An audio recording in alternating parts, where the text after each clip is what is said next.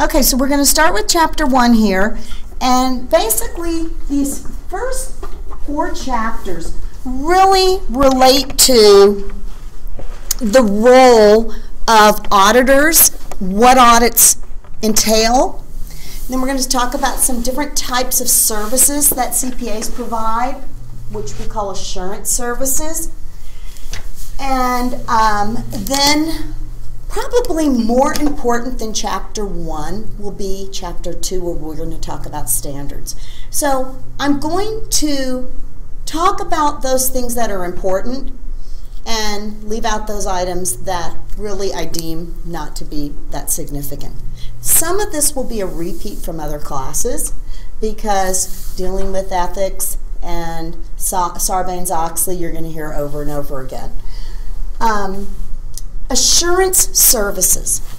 Assurance services is a very broad group of services that are provided by CPAs. In the assurance services umbrella, there is a subsection called attestation or attest services. So we're going to talk about this. As you see here, assurance services, a broad range of information enhancement services that are provided by CPAs. 2 types. They can increase the reliability of information. Now, how do they increase the reliability of information? Because a CPA will do the research and the testing to make sure that the information being presented in any type of report is in fact, there's a basis behind the figures. So they test the information to make sure that the information is reliable. Make sense? That's why that is why that type of service is utilized. Also, putting information into a form or context that facilitates decision making. So basically, the 2 types, one that helps increase reliability, and then one that takes that information and provides some form of output that allows people to make decisions based on that information. Those of you that have ever watched like Miss America, do you ever hear when the votes get tallied, they say, the CPA firm of blah, blah, blah have tallied the votes? Do you see that's an assurance service? Get it? Okay. In this big umbrella called assurance services, we've got what we call attestation services. Now this, I want you to know what an assurance service is and that it's a broad range, but under that umbrella there is something called attestation, to attest to something. In this attestation services is the sub-umbrella of audits. It's the most rigorous type of service that CPAs provide. And another type of attestation service is a review of internal controls. Since Sarbanes-Oxley Act, all public companies, along with the audit opinion, the audit each year, they're required, CPAs are required to express an opinion on their internal controls. They can do that in a separate letter or report, or they can combine them. But that is something new since 2002 that is now required for public companies. Know that, only for public companies, okay? Non-assurance services. There are CPA services that really aren't trying to help the reliability of information. They're performing a service such as income taxes, They may perform financial advisory services. So those are services, but they're not testing the reliability of information. They're just other services that are provided. So the bulk of assurance services are going to fall under testing the reliability. And then in that small umbrella under the big assurance service, we've got that attestation, which the audits fall under. So let's talk about this attestation. I don't know if I'm saying it correctly, but you get the drift. To attest to information means to provide assurance as to its reliability. So basically, as you see here, a CPA is going to have an engagement or enter into a contract/engagement to issue or does issue an examination, a review, or agreed upon procedures report on subject matter or an assertion about subject matter that is the responsibility of another party. So as you see here, with an attest engagement, it's under the big umbrella of assurance, but it's more specific and requires a report. Requires a written report. They're going to do some testing to make sure that that report, the information in it, is going to be reliable. Reliable means it fairly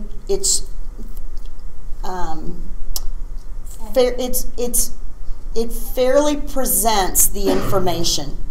It doesn't mean everything's perfect in the information, but it represents fairly the information provided. And I got ahead of myself, so I'll wait on that. Now, another thing to know about this attestation service is they are reviewing and testing the reliability of someone else's information.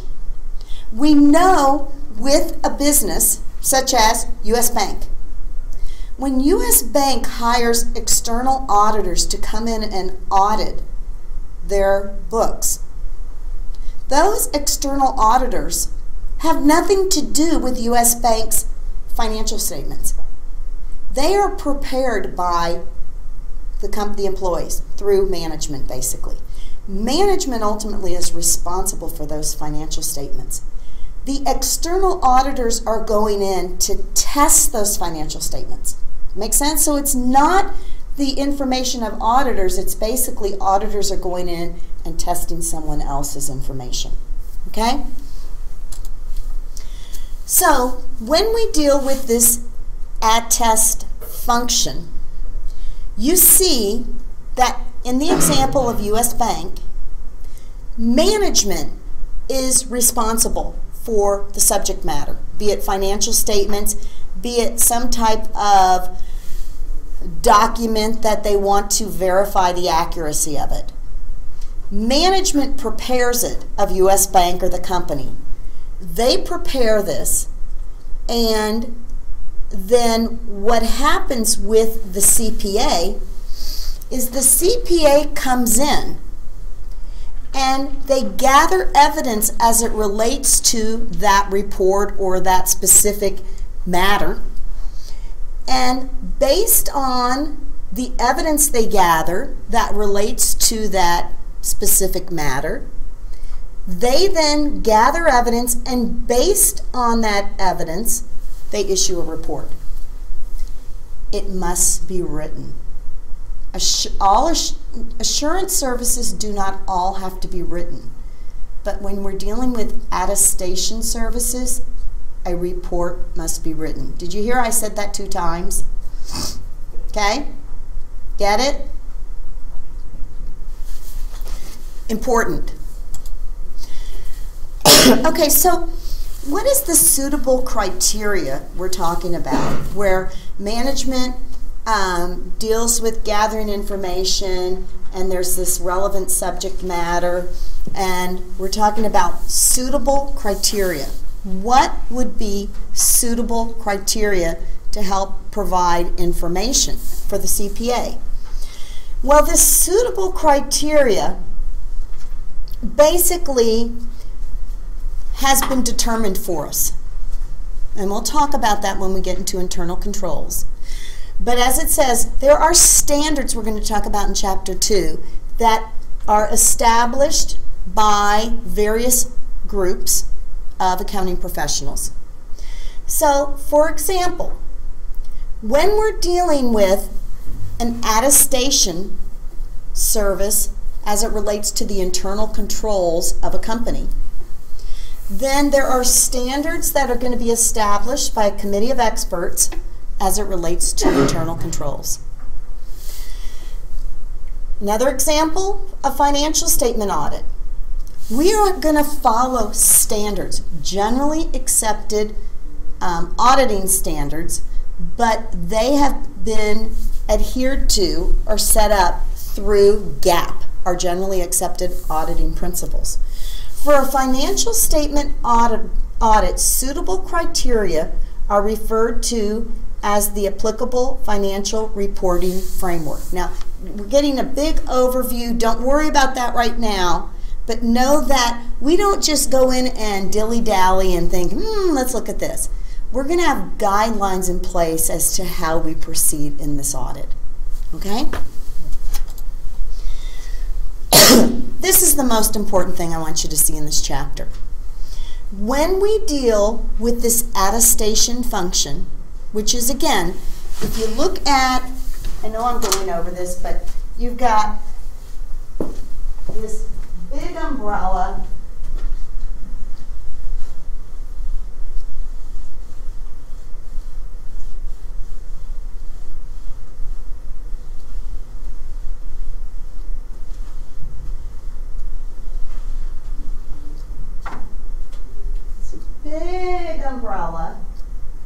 gosh, that's so cute, called Assurance Services. Okay? And in that, we do have this other umbrella called Attestation Services. And under that is our audit. Make sense? See kind of what I'm just trying to help you understand how they are linked. So, the question might be, are all attestation services assurance services? Yes. Are all assurance services attestation services? No. Okay? You can provide some form of reliability on anything, but you don't always need a report. But when we're dealing with attestation services, that is the most rigid type of report and work product that a CPA is going to perform. So as you see here, there are different forms of services. And as you see, let's start with the examination of financial statements. The level of assurance that needs to be provided to that company is high, which basically, as we get to talking, that for the most part, the financial statements are going to be presented fairly. The risk of a material misstatement is going to be low. In other words, we need to do enough work to where we don't feel there's a great deal of risk related to the information. Make sense? You see, so this is going to involve more work to get that level of assurance we need. Nature of the assurance report.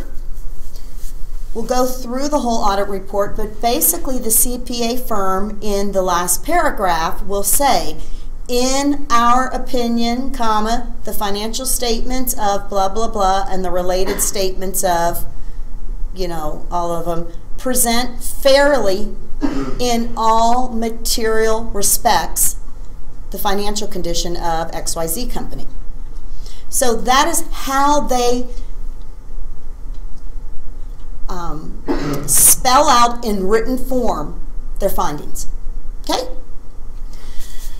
The procedures they do for an examination, they select a lot of different, and that's what we'll do in this whole book, is go through the various procedures of what procedures, what documentation, what are they gathering to get that assurance.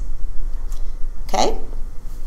Now, another type of engagement that is an attestation service but isn't as stringent as an exam is called a review. Reviews, the assurance provided in a review, we call it moderate, or do you see the word limited? It's not as significant, and I don't want to use the word severe, but it's not as cumbersome. The risk of material misstatement, we allow for a moderate risk. The nature of the report, you see what they say here? We are not aware of any material modifications that should be made.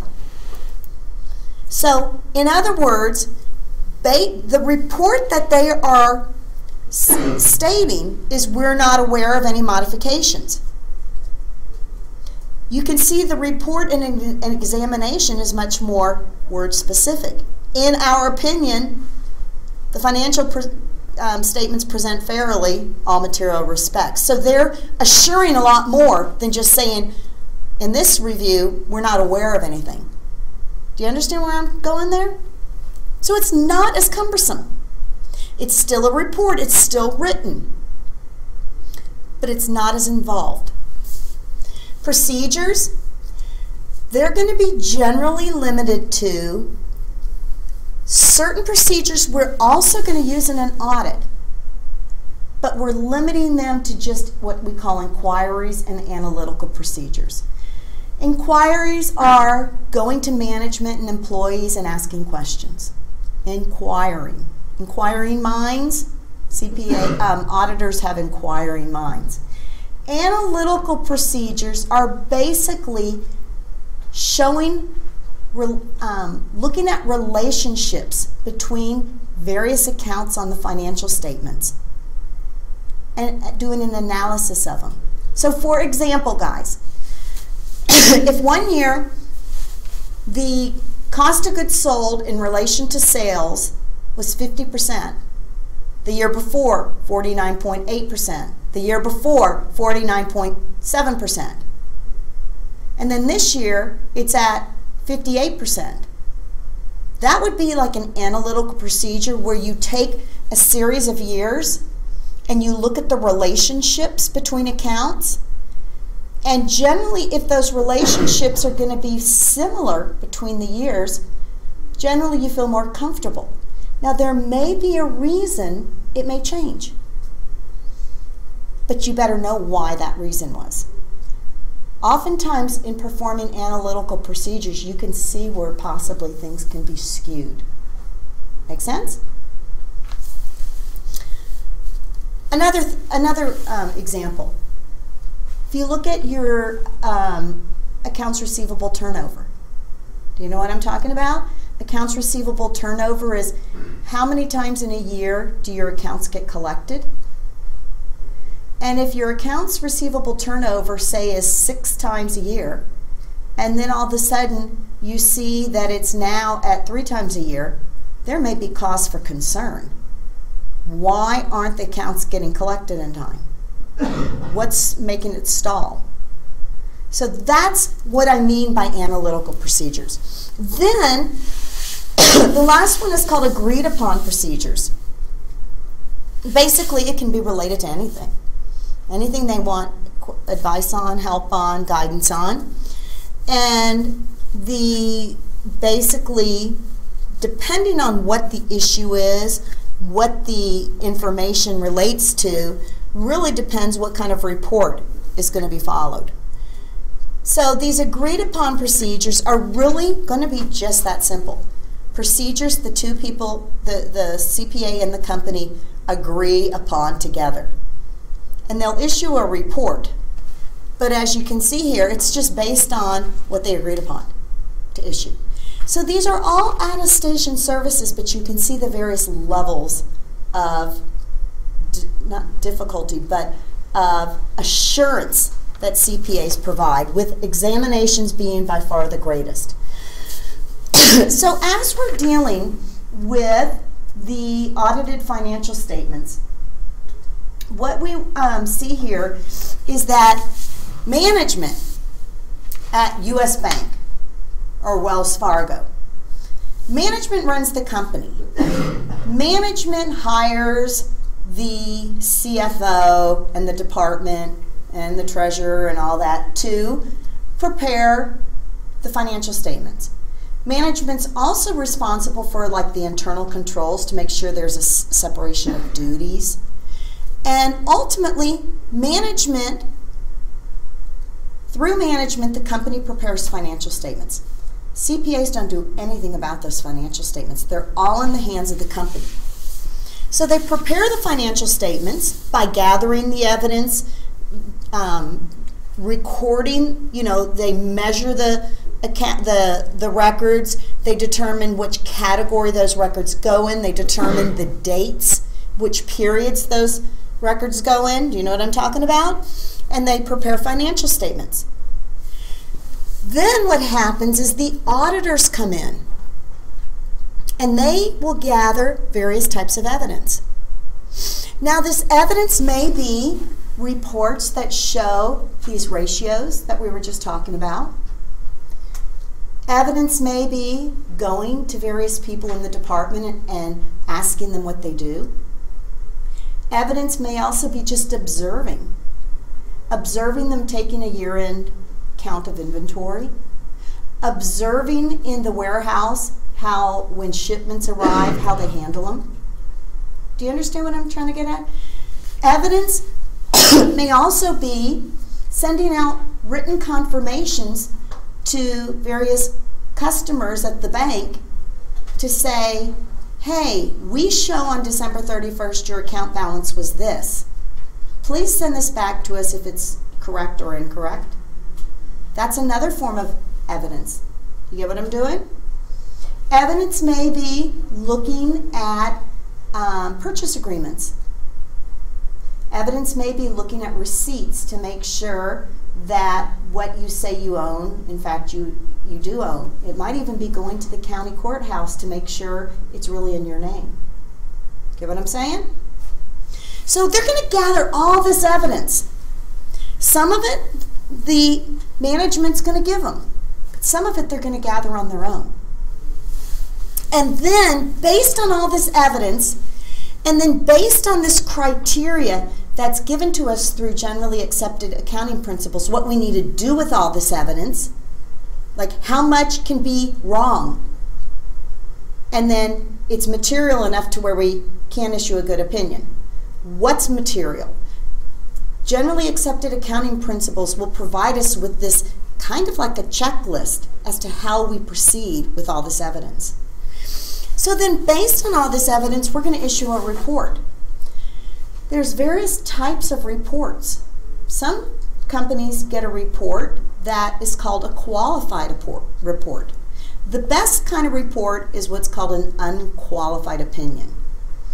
But some companies get a qualified report, which means the financial statements present fairly in all material respects, except for this and this and this and this. That's not good, okay? Are those reports available, like if it's a public company? Absolutely. We can see them? Absolutely. And we'll look at some. Then based on the report they issue, they submit what we call an auditor's report as part of the financial statements, as part of the annual report companies provide. So that is how the link works together. So as it relates to this financial statement audit, auditors gather information, evidence, and they have to provide for financial statement audits what we call a high level of assurance that the financial statements follow GAAP or whatever basis of accounting. But for our purposes in the United States of America, we use GAAP. In other countries, it gets a little more challenging because they have different standards they adhere to. Do you understand what I'm saying? But for all intensive purposes in the United States, they've been working on the collaboration for years. I mean, it's who knows how long it's going to take. Audits involve searching and verifying accounting records and looking for other documents. So what does that mean, searching and verifying accounting records and examining other documents? You guys know how easy it is to forge documents, okay? And so while a lot of the documents will be given to them through management, sometimes they're not as reliable or credible as outside documents, okay? So let's say they issue, management gives the CPA firm a report showing the monies of various customers that they owe them. Well, they may go and send confirmations to those various customers to confirm that what do you show you owed to this company as of this date. Sometimes that is more reliable than internal documents because they can be rigged.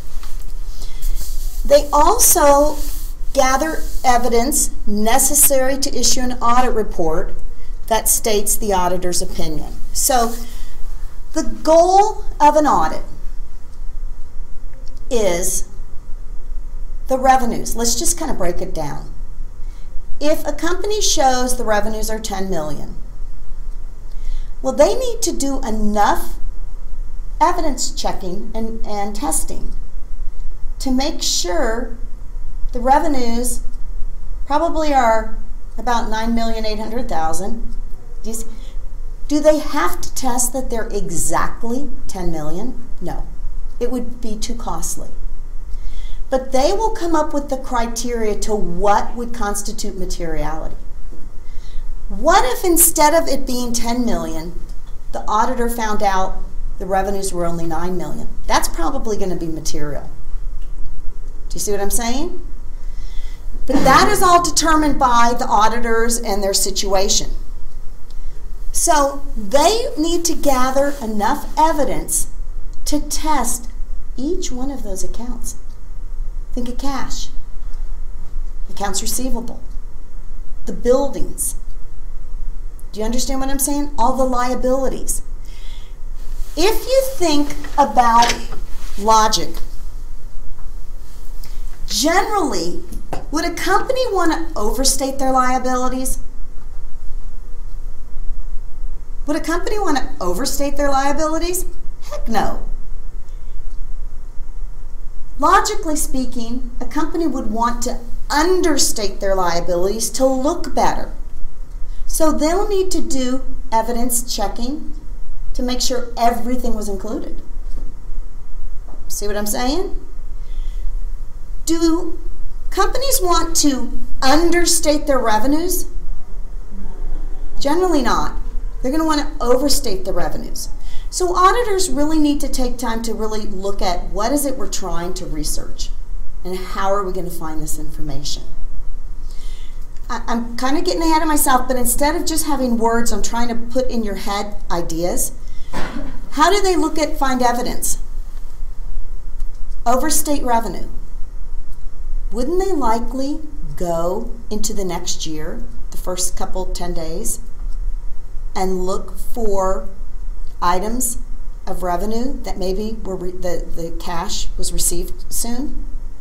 Or wouldn't they maybe want to see when items truly were shipped?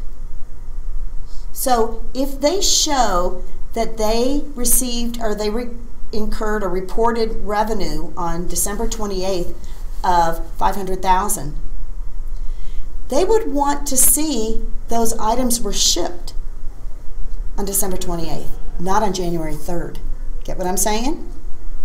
So that's the type of evidence they would look at to make sure that that revenue is really being recorded in the right period. Okay? Make sense? You following me so far? Please let me know if I need to go slower.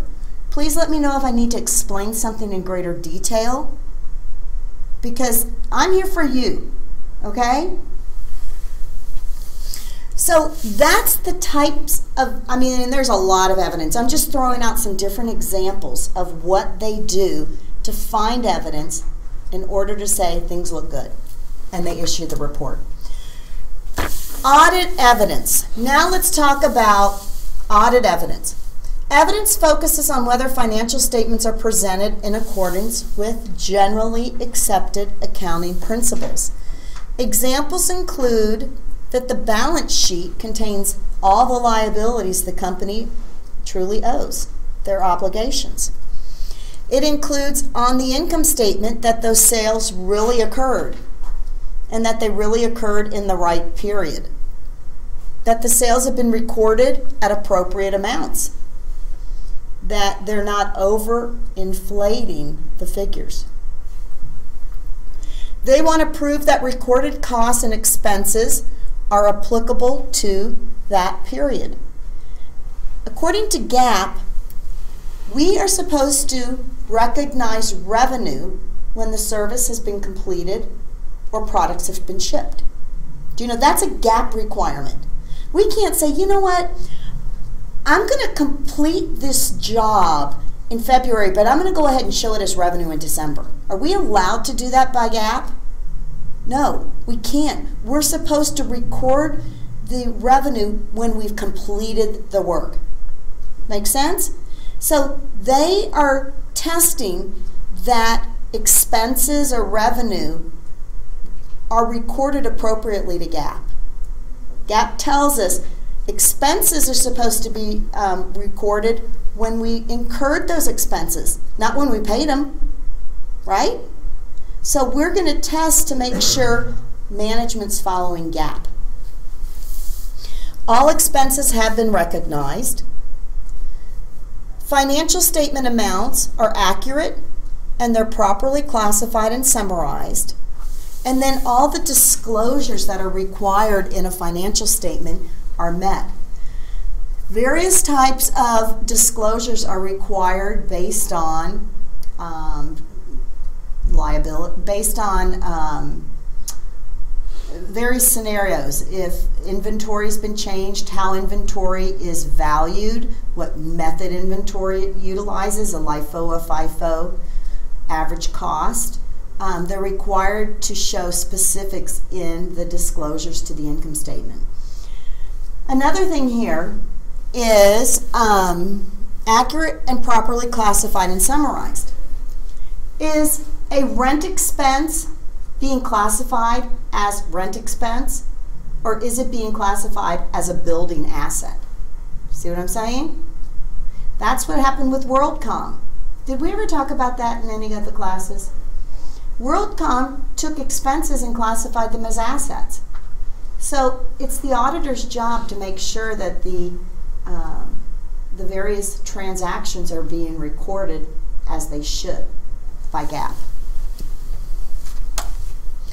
Now, why do we have audits? What is the big deal about all these audits? Why is auditing such a big business? Because people lie and steal. Because people lie and steal and cheat, and a lot of people rely on these financial statements, don't they? Mm-hmm. How many of you guys have ever purchased stock, even in a retirement account? You know, you want to trust that if a company says they make X amount of dollars in a year, that you trust that the numbers are right. So basically, as you see here, audits help lend credibility to the information by reducing what we call information risk, the risk that the information is materially misstated. So when WorldCom showed that they were making $50 million a year, we trusted that. When a CPA firm goes in and audits that information, they're helping certify or verify that information is reliable and trustworthy, that it's not poor information. So by auditing a company, they lower the information risk. Do you understand what I'm saying? That those financial statements are accurately stated, not materially misstated. So companies going in and checking, CPAs going in and checking this helps as a whole lower information risk on those financial statements. Financial misstatements arise due to accidental errors, lack of knowledge, unintentional bias, and we really worry about deliberate falsification called fraud. Okay? So there's different reasons. Guys, sometimes it's a genuine error. It really is. Sometimes it's a difference of opinion between two professionals, how to handle something. But we're looking for, you know, making sure overall that that isn't repeated to where it becomes material. We are, and it's hard to sometimes look for deliberate falsification because usually people who are having fraudulent activity are doing really well at hiding it. Sometimes that's hard to find. Audits do not directly address business risk. The risk that a company will not be able to meet its financial obligations due to economic conditions or poor management decisions. All companies have a certain level of business risk. Business risk is just because they're in business. So business risk means just based on certain situations, the company might be harmed. Business risk was evident when we dealt with the oil spill and all of the travel industry down south. That was a risk because what happened is because of certain conditions, they lost a lot of money. And by losing a lot of money, they maybe weren't able to pay their bills. Do you understand? Everyone has business risk of different levels. Some not as great as others.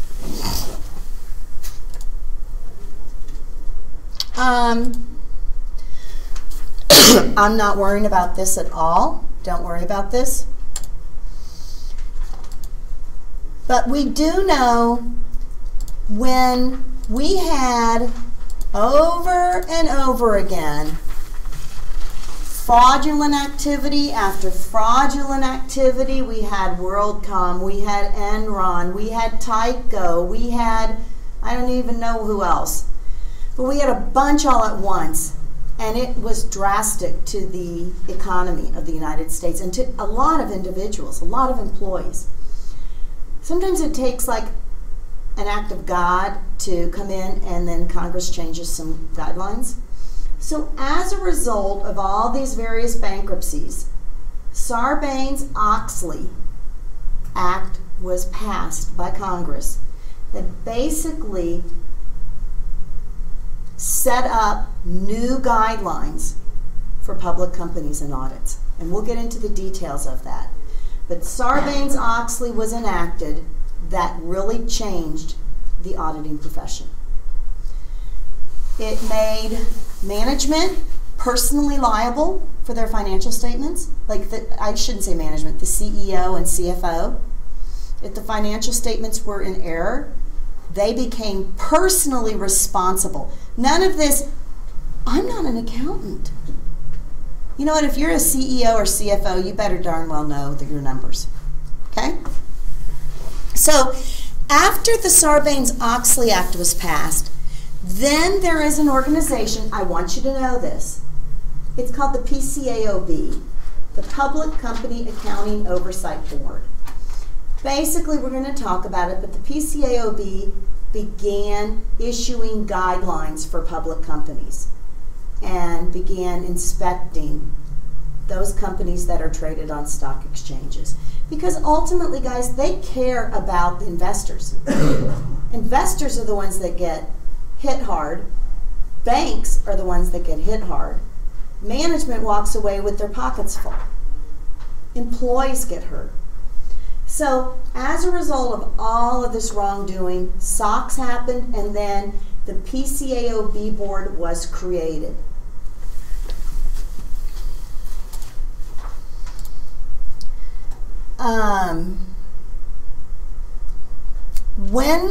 This is kind of an overview, but when we talk about a financial statement audit, what are we talking about? We're talking about the financial statements. They include the balance sheet, the related statements of income, you know, our profit and loss, the retained earnings, and the cash flow. Okay? Balance sheet or financial position, income statement, retained earnings, and cash flow. Ultimately, our work is to see that these financial statements are presented according to GAAP. They're performed by CPAs, and a lot of people use these financial statements. Who uses them? Investors use them. It says management uses them also. Bankers use them to extend credit. Creditors use them if you're a vendor, if you're investing in the company. Financial analysts use them all the time to recommend stock purchases. And government agencies also use them. Government agency uses them for a variety of reasons.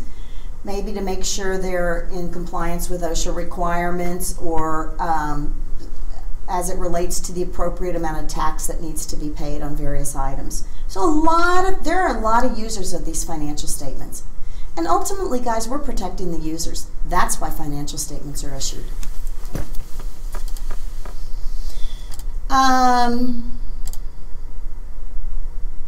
Just know that other types of audits that really aren't financial statement audits per se, compliance audits are where the IRS audits a tax return. Operational audits they might just check to make sure a certain aspect of the company is running as efficiently as it can be and offer guidance on how maybe things can be changed. And then integrated audits relate to when, as a public company, you have to combine the financial statement audit along with the audit or report on internal controls. So I'm not going to ask you anything about various other types of audits here. I want you to know an integrative audit is the two combined.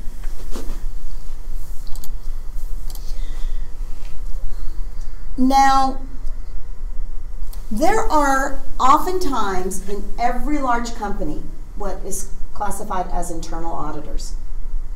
Those internal auditors ultimately report to the board of directors. They shouldn't be reporting to the treasurer or to the accounting department, because those internal auditors' job is to spot check and make sure that the company is following certain guidelines and principles. Now, that doesn't mean the external auditors have to rely on what the internal auditors report show. But it's to everyone's advantage if they've got those internal auditors and they can trust that the information is true to possibly rely on that information. So internal auditors do not do this audit. It's only external auditors that do it. But most companies have internal auditors just to make sure, it's a protection to make sure things are running according to how management intends them to be. The GAOA, Government Accountability, GAO it's called, Government Accountability Office, you hear about them when they come up with guidelines such as, based on findings with the IRS handled things wrong. It's only for government entities that the Government Accountability Office has leeway to report on. And then tax auditors have nothing to do with what we're dealing with here. The tax auditors work for either the state or federal government, and they will inspect records just to check to make sure you're paying the appropriate amount of tax. based on your situation. So those are types of auditors, but that's not what we're dealing with here. Make sense? Internal auditors basically perform operational and compliance audits.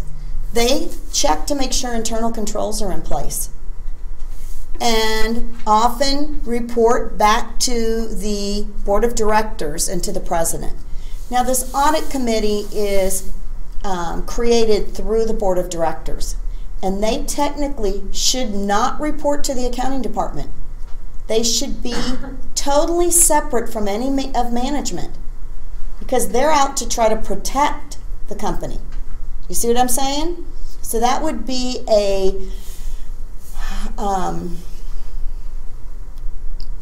the lines of authority there would be skewed if they had to report to anyone but the board of directors.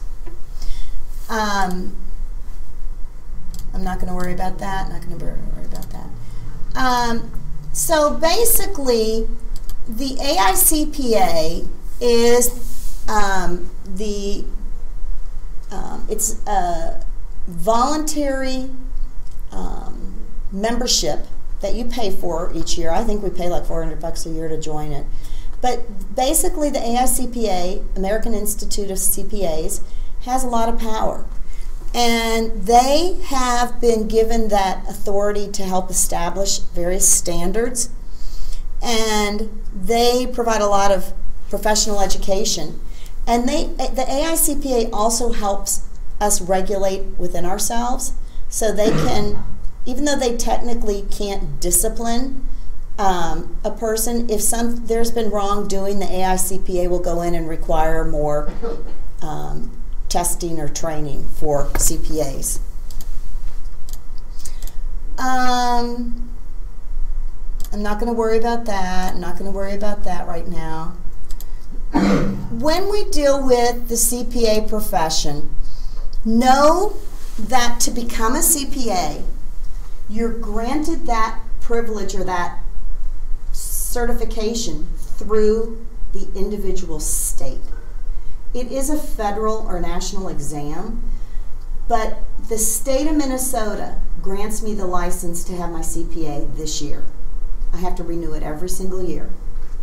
And in order to renew it, I have to take 40 hours of continuing ed a year. They make it very specific as to how that continuing ed needs to be utilized. I have to have so many hours of ethics every 3 years, so many hours of in-class or on the internet live types of courses. Because I teach, I am allowed 20 hours a year in teaching, like preparation for teaching.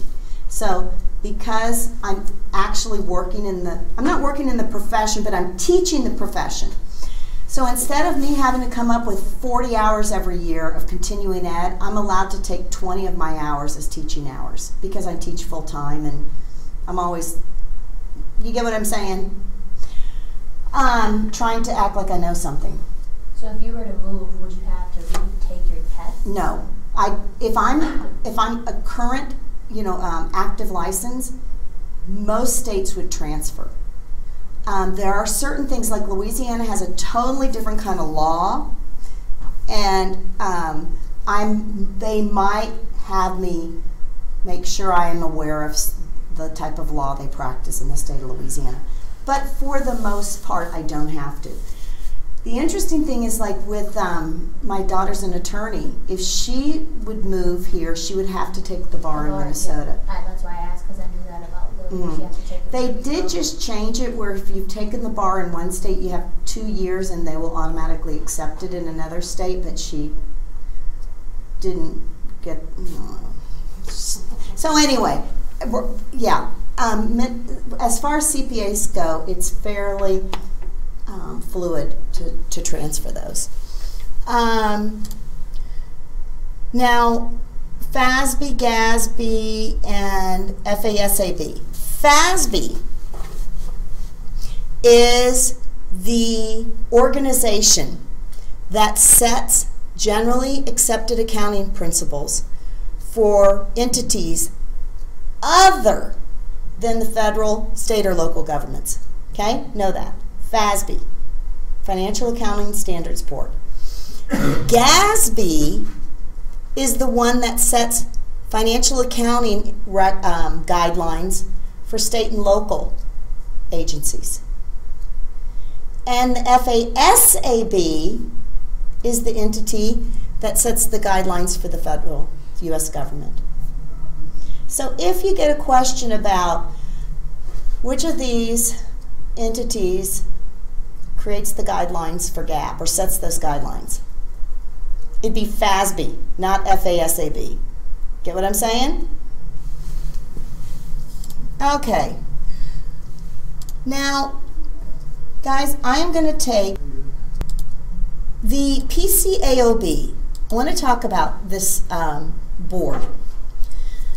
The PCAOB was organized in 2003 after Sarbanes-Oxley.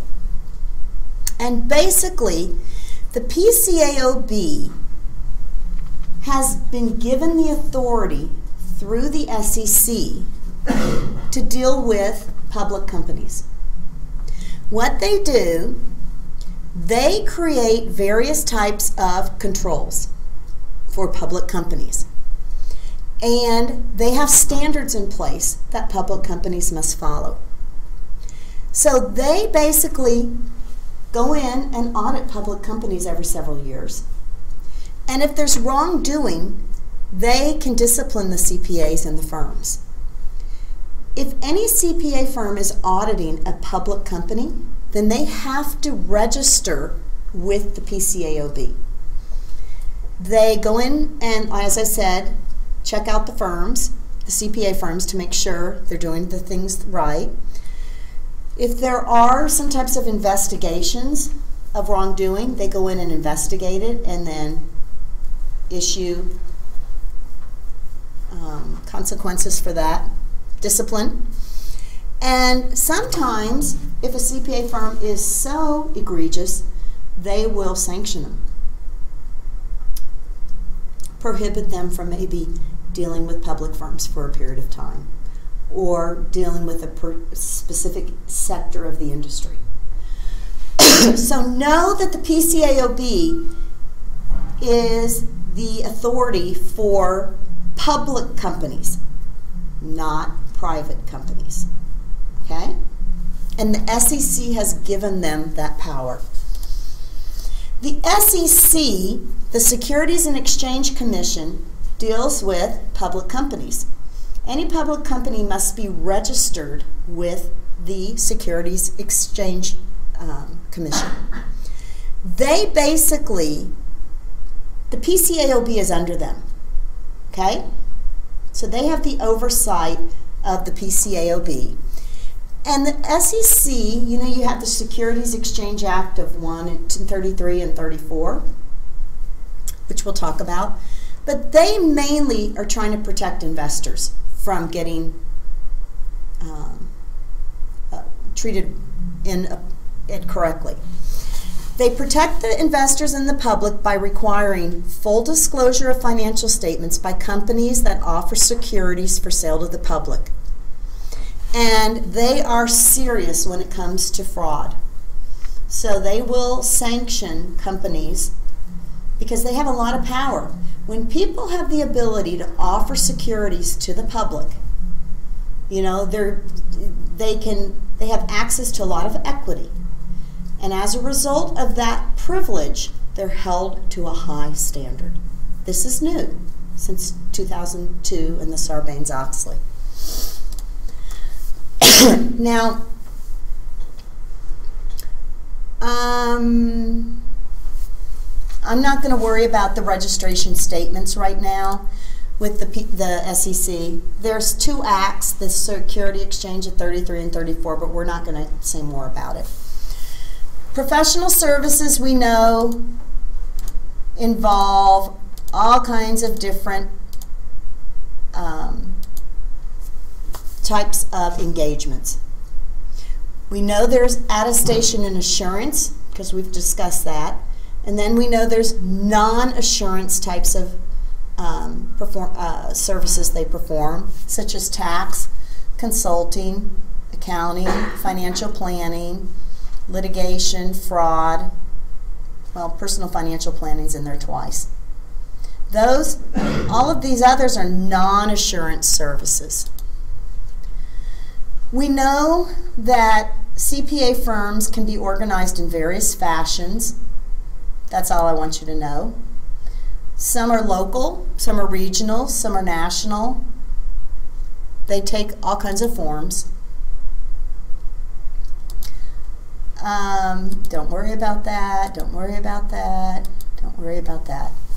So we have completed Chapter 1, and the next thing we're going to do is move on